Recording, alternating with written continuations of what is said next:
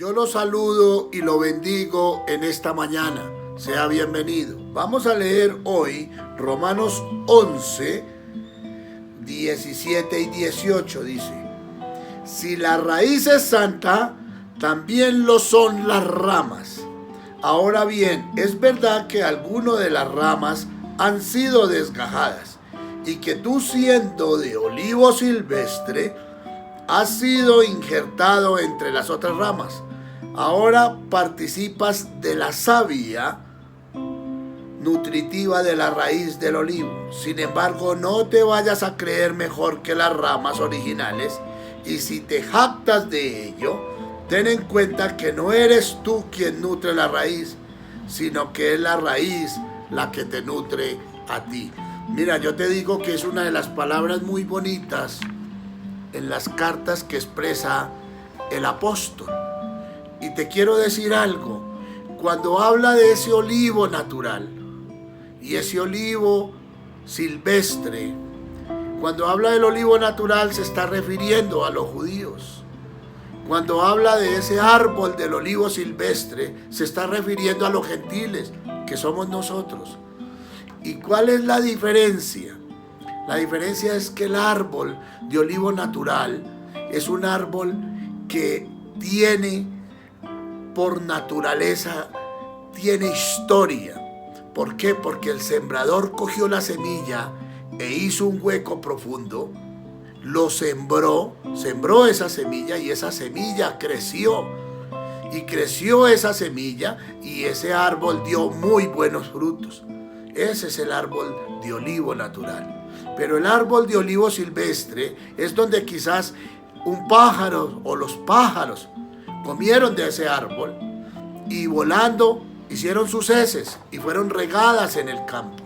Y ahí en ese campo nació ese árbol de olivo silvestre.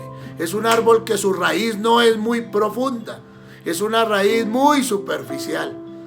Y al ser una raíz muy superficial, pues es un árbol que tiende a caerse muy rápidamente, pero es un árbol que también da muy buen fruto. Pero ¿qué hace este sembrador?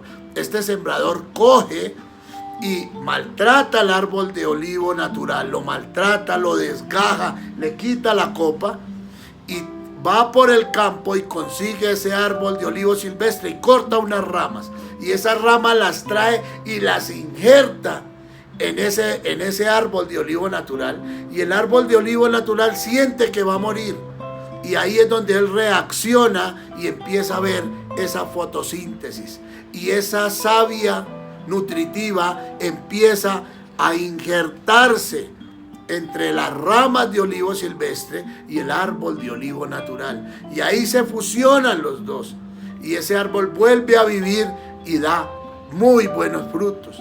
Ahora, esto era lo que hablaba el apóstol, pero ahora te lo voy a pasar a la parte espiritual. Cuando habla de la parte espiritual es donde está diciendo de que los judíos tienen historia, y nosotros, los gentiles, los que somos de ese árbol de olivo silvestre, la raíz de nosotros es el pecado, porque nosotros no tenemos historia. Porque nosotros, si tú miras la historia de nosotros los latinos, vinieron los españoles y cogieron las indias y fueron violadas, y estas indias desde el vientre ya odiaban lo que venía en su vientre, lo odiaban. Por eso nosotros somos una raza maternal, porque nunca hubo un padre, mientras que los judíos sí tenían una raza, y aún es patriarcal, porque tienen su padre, tienen una descendencia. Tú empiezas a mirar la descendencia de los judíos y ellos empiezan a retroceder. Dice, no vino Jesucristo, después, antes de Jesucristo estuvo David, antes estuvo José, y antes de José estuvo Jacob, y antes de Jacob estuvo Abraham, y así sucesivamente. Nosotros no, a veces nosotros ni sabemos quién es el papá. Muchos no saben quién es el papá, porque nosotros somos una raza sin historia. Pero el Señor Jesucristo nos recibe en su corazón.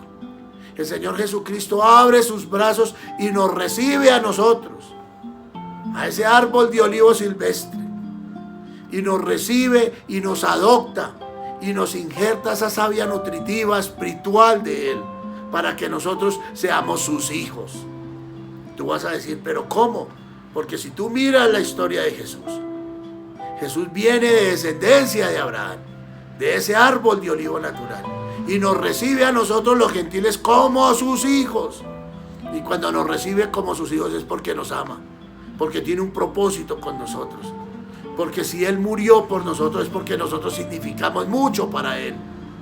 Así que tú no te puedes sentir mucho más que nadie, porque todos somos iguales. Y cuando habla de que es la raíz la que nutre el palo, esa raíz se llama Jesucristo. Y Jesucristo es el que te nutre a ti. Jesucristo es el que te da la vida. Jesucristo es el que cuida tus pasos. Jesucristo es el que murió por ti porque sabe quién eres tú. Y Él te conoce desde el vientre de tu madre te conoce. Y Él tiene un propósito contigo. Y es de que tú des buenos frutos. Y que tú ya no eres ese árbol de olivo silvestre, sino eres ese árbol de olivo natural que da buenos frutos.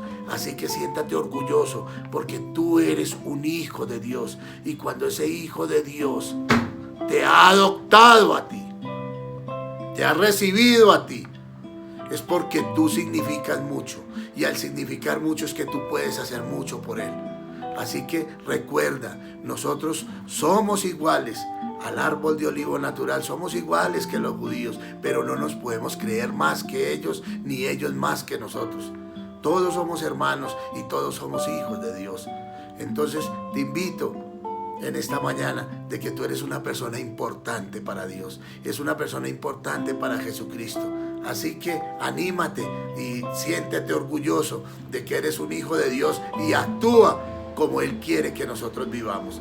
Y si tú eres un hijo de Dios, qué orgullo poder andar por la calle y tener una identidad, que ya no te importa lo que piense la gente de ti, sino te debe de preocupar lo que Jesucristo piensa de ti.